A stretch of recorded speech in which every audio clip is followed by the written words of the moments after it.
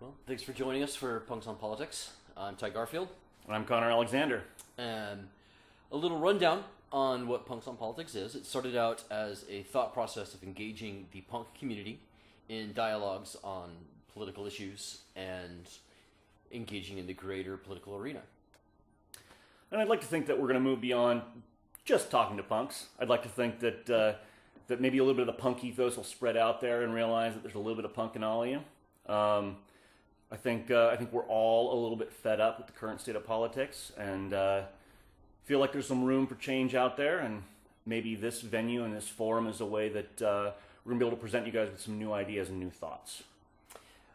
Also, kind of taking a look at the perspective of politics, not such as the competitive or popularity contest that is kind of election politics, but more taking a good solid look at policy. And in my opinion, I feel that policy is kind of the end result of politics. It's the discussion of who receives what resources at what time. So that's the perspective I'm taking. I'd like to see, either on a global, local stage, what decisions are being made and how that's actually impacting the distribution of resources. Sure, and how individual people are impacted by that. I mean, I don't think a lot of people realize just how powerful their vote can be if used in the right way. And beyond voting, just our voices in the public forum, I don't think enough of us are speaking up and making our voices heard.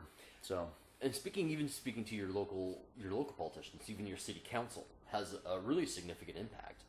Sure. Conversations I had a conversation with Diamond Jim, our representative from District 36 here. And basically, the question I pointed to him was, why do you feel that lobbyists get so much attention? And his response was, because that's who calls. And if we can bring people to the table and actually have them kind of engage with their elected officials, the people that we've said, hey, you know what, you're going to represent me.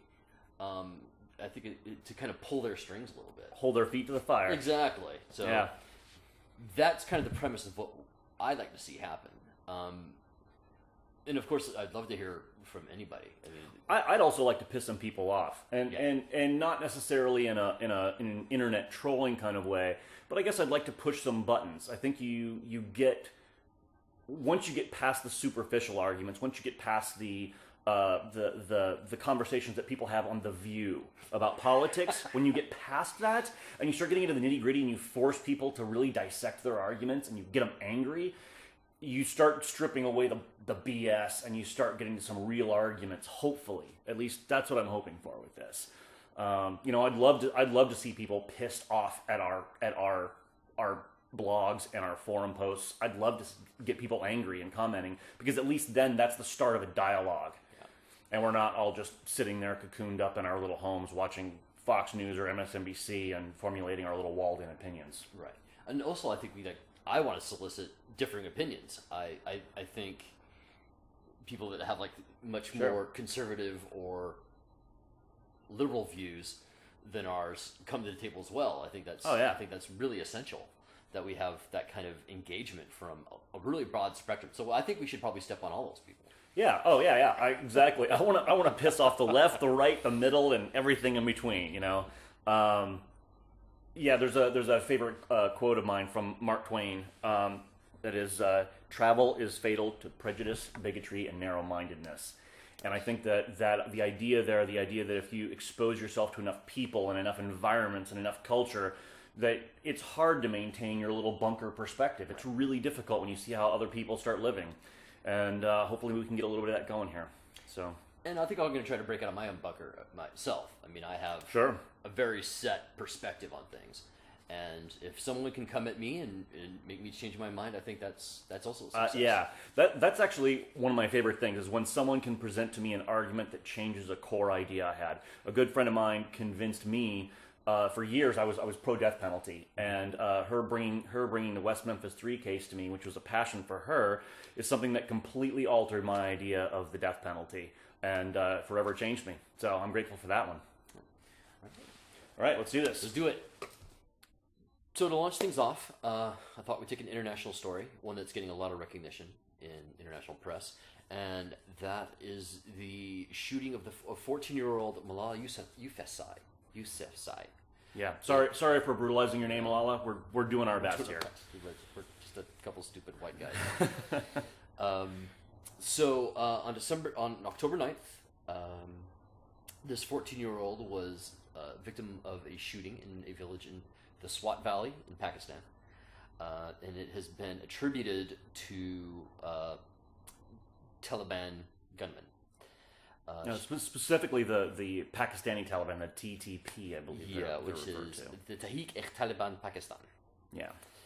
We're probably brutalizing that too, yeah, but I don't really give a fuck if we're brutalizing your name. You can suck it. So. And you caves. So fuck you guys. Yeah, exactly. If you guys in the TTP are actually seeing this, fuck you. We've done our job. If you guys are watching this, but like us on Facebook. But like us on Facebook. Okay, so Connor, why don't you recap her current condition, and then we'll kind of jump into So as of today, October, what is today, the 15th? Yeah. Yeah, as of October 15th, she's been airlifted to Britain.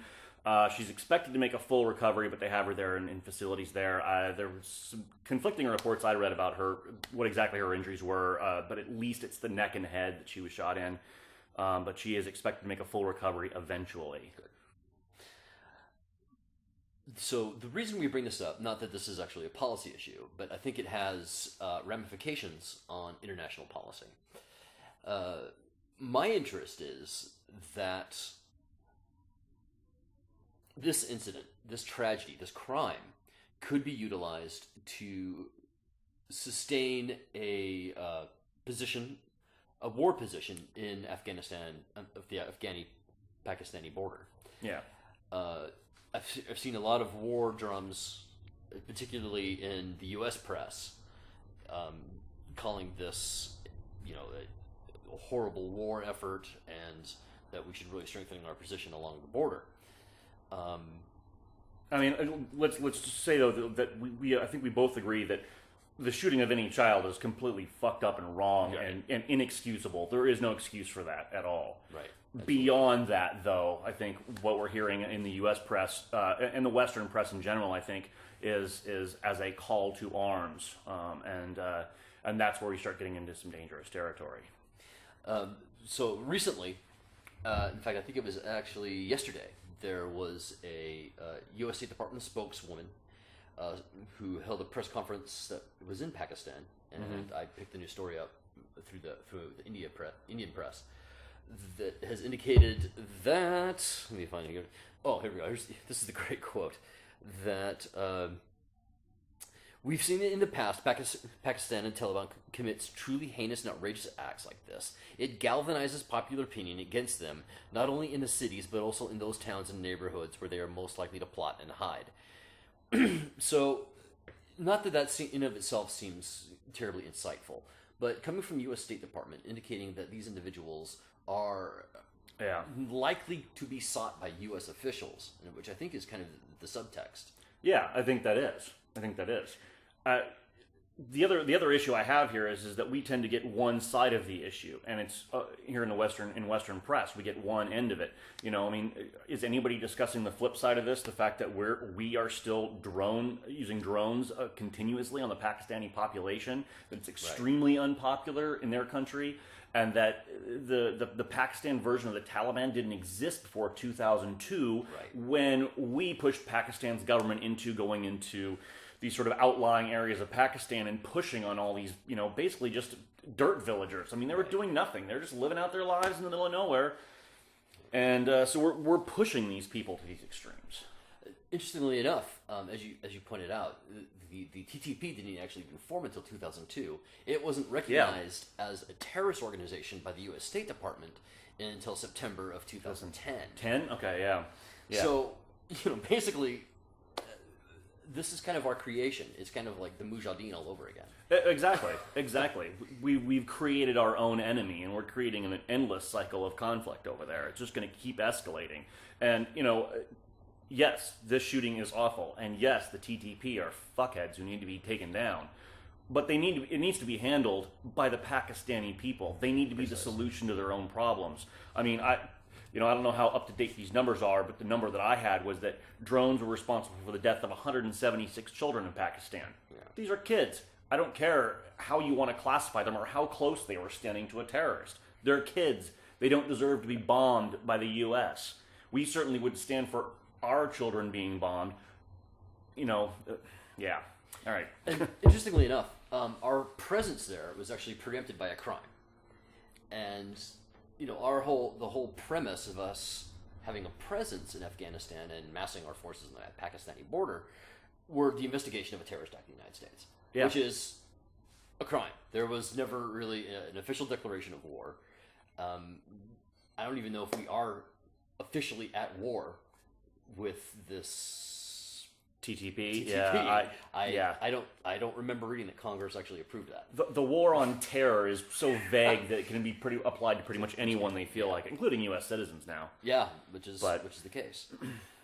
More to my original point, I kind of like to go ahead and give a nod to New York Times columnist Nicholas Kristof.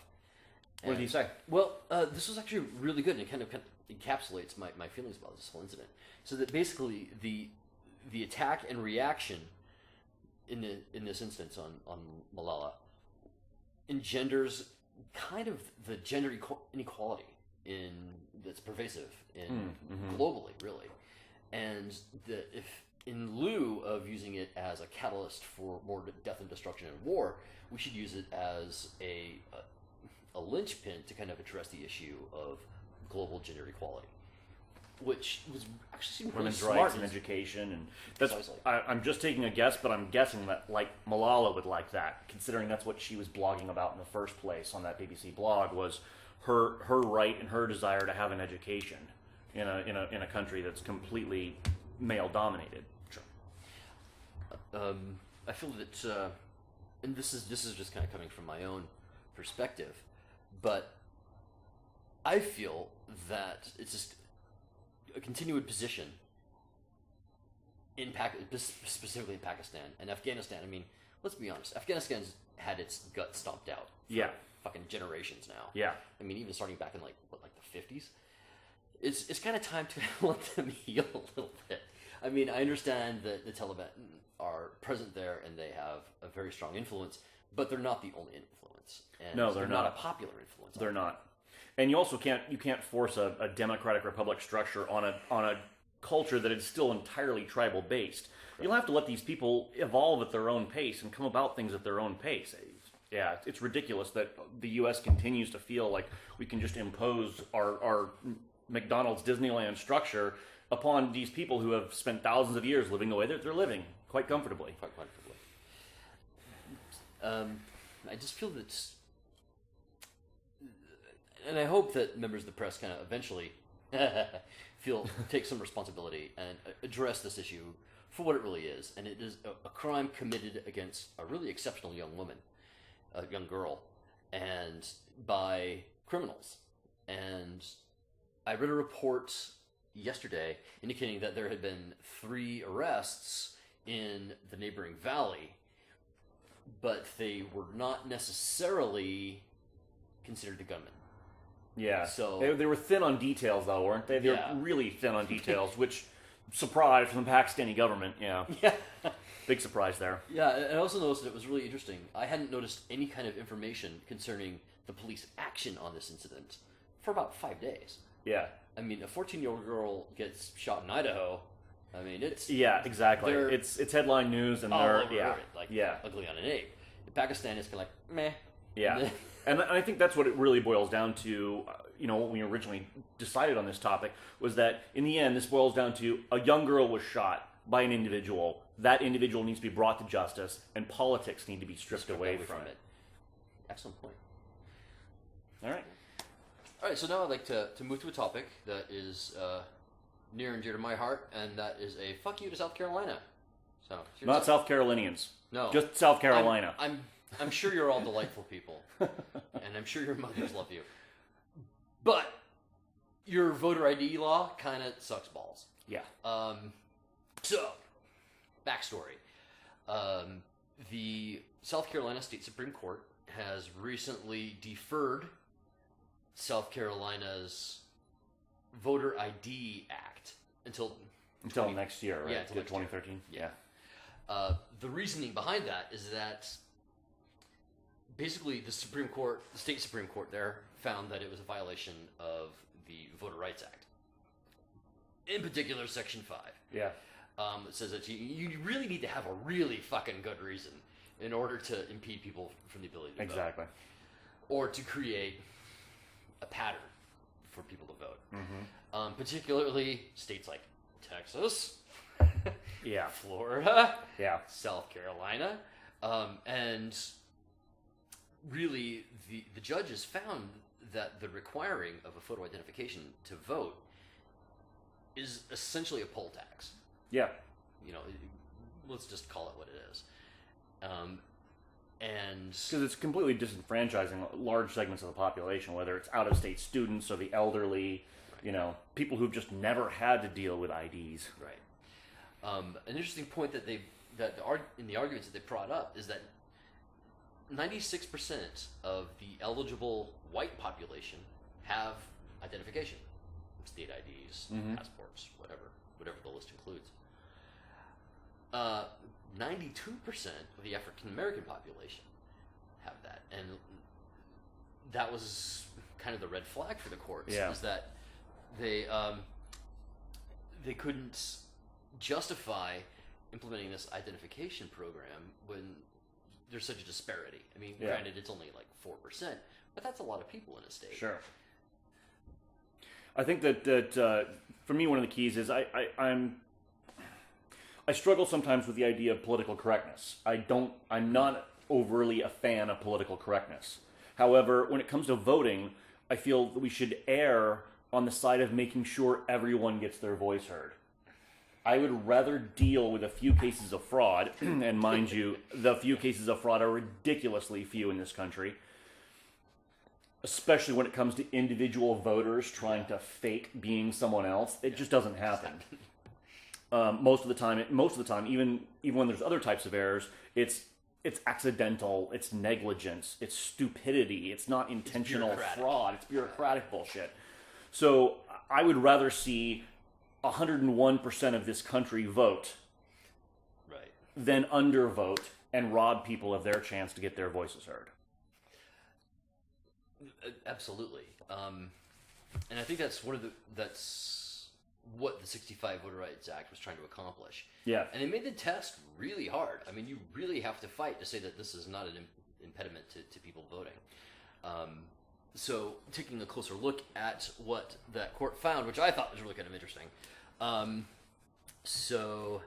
The racial disparity combined with the burdens of time and cost and transportation inherent in obtaining new photo identification cards might pose a problem for South Carolina's law under the strict effects of Section 5 of the Voters' Rights Act.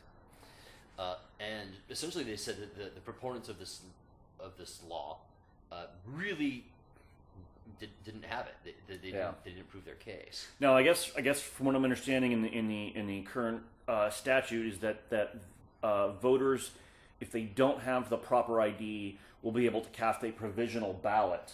Right. But that later on, it's basically the honor system that outside interests won't contest those provisional ballots. They swear they're going to be good about it, but at that point, you could have a legal battle going back and forth for months after the election, right, trying to decide whether or not these are legal ballots because they're provisional and didn't have proper identification at the time. And my concern is not only for the national election, which is not that interesting, but more of the ballots that affect South Carolina law. Yeah. I mean, not that South Carolina is a linchpin state by any means, but bringing law onto the books that further purports disparity. Yeah. Sets the precedent, opens the floodgates, as it were, to more bullshit down the line with other states. That is my concern, and particularly South Carolina, and there have been populations that have really suffered since the collapse of 2006. Yeah. And have yet to even begin to recover. it just seems that this could be a methodology to limit resources to that population. Well, unfortunately, I think the stranglehold that the two main parties in this country have on the election process in general, at this point, they're dug in so deep that this type of legislation is exactly how they're controlling elections. You know, the trenches are so deeply dug now, and there's so few people who are willing to ride the political fence and vote for candidates rather than parties. Right.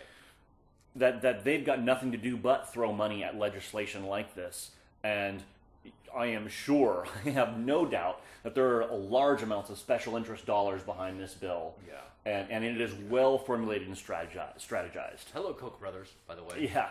Hello. You bastards. Interestingly, this is a great quote by the opinion by the Carolina Supreme Court judges. Here we go. We are fully aware, moreover, that what looks good on paper may fall apart in practice. We expect and anticipate that South Carolina state, county, and local officials will endeavor to prevent such slippage.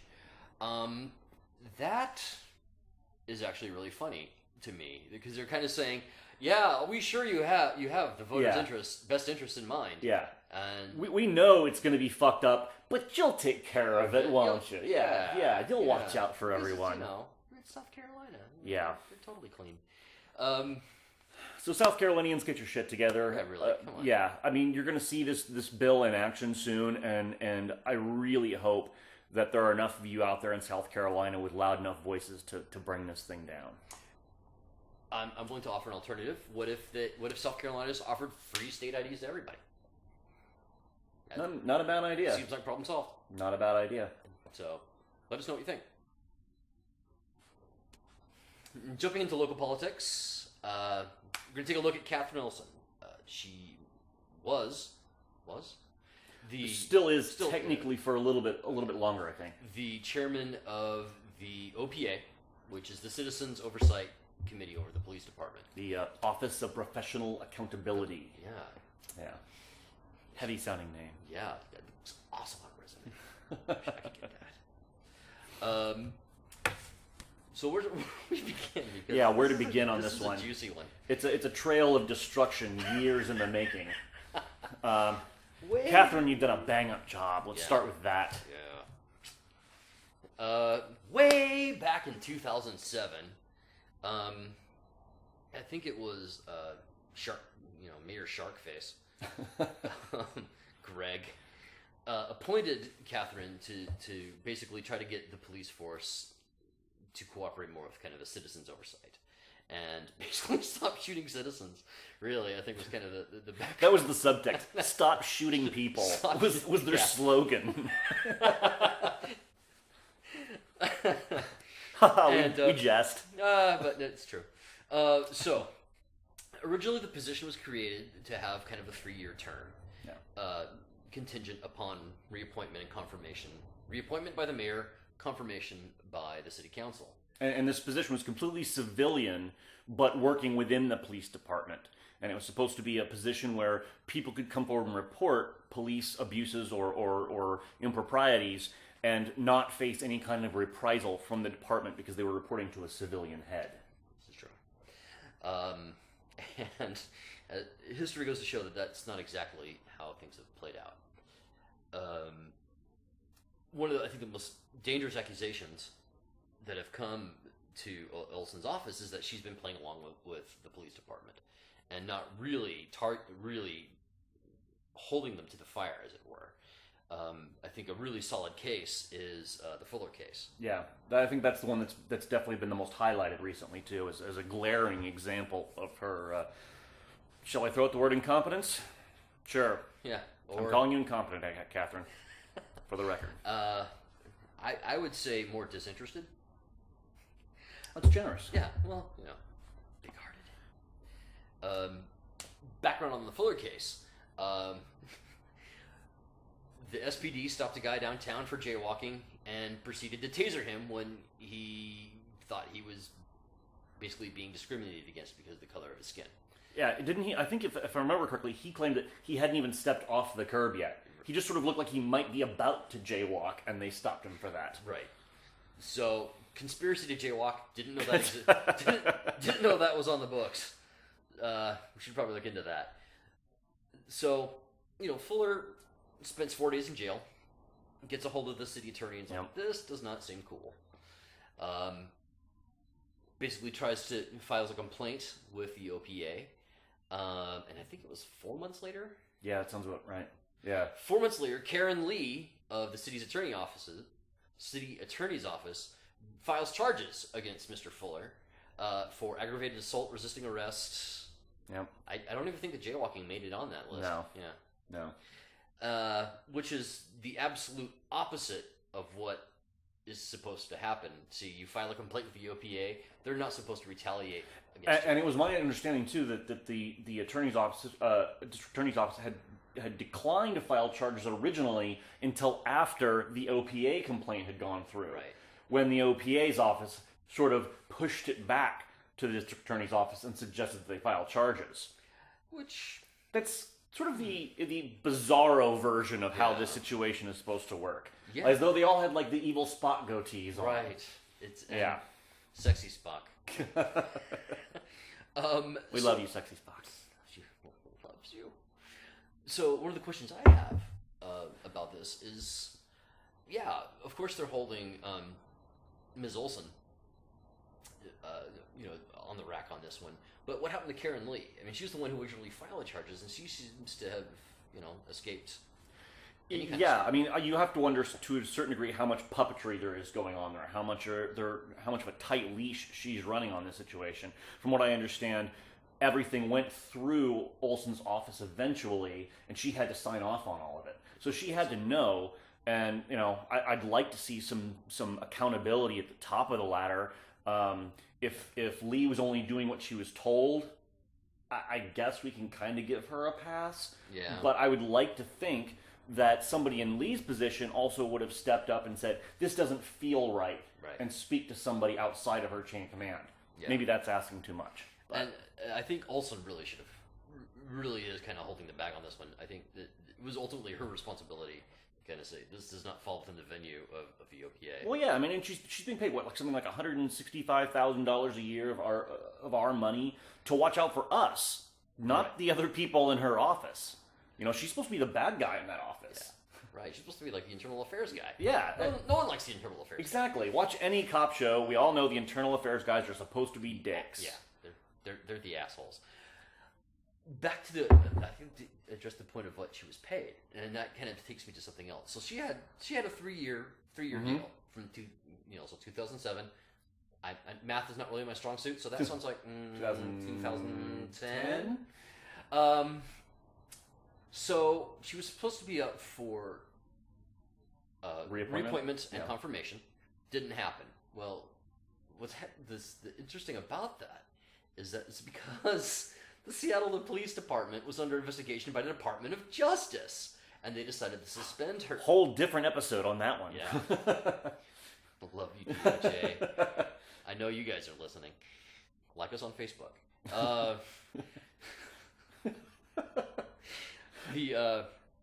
So what was determined, and I don't even know if this went fully through the city council, was that they were just going to defer her reappointment and confirmation until after the DOJ investigation, which took like 2 years. Yeah. Almost 3 years to do, because it just finished up earlier in 2012.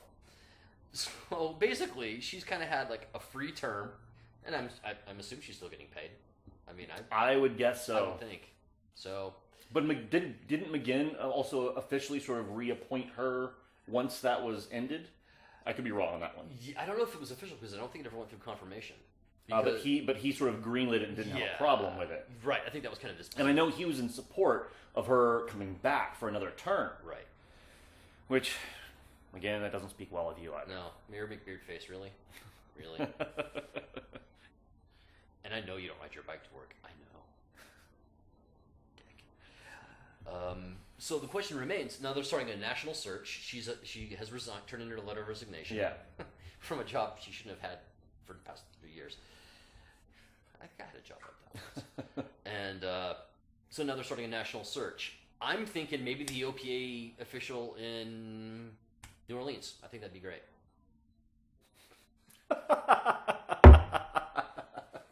Oh Jesus, I don't even know where to go with that one. Yeah, I think that would be the perfect choice.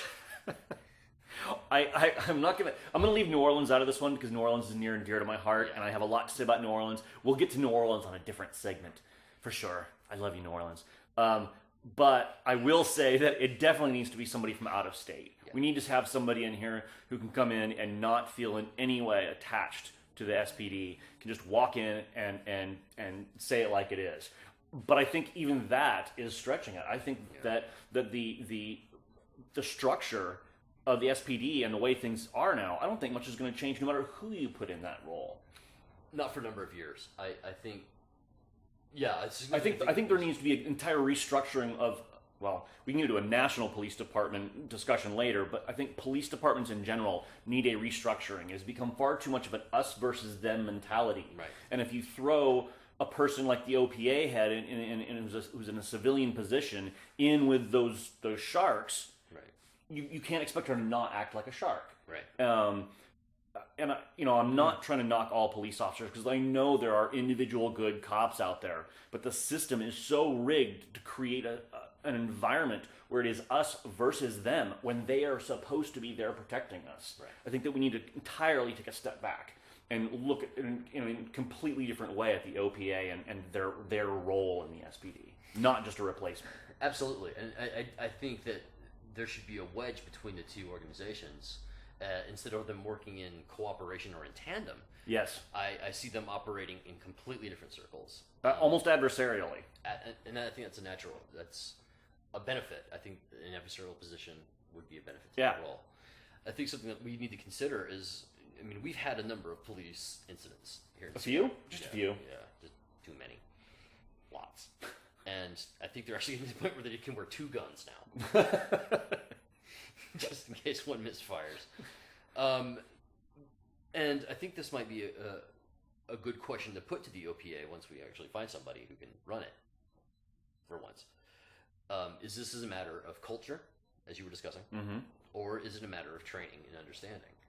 And I think those are two separate proponents. And I think that we really need to take a look at how our police force is trained and the kind of culture that they're operating in. Yeah, and I think that's a great topic for a future episode too. Is police culture and training. I would love to hear back from people out of Seattle, not only about their individual police culture, but how they view Seattle police culture. Because we made national news at this point with some of our issues, and I would love to know how people see us externally. And that feels pretty good. Thanks for dropping by. Yeah.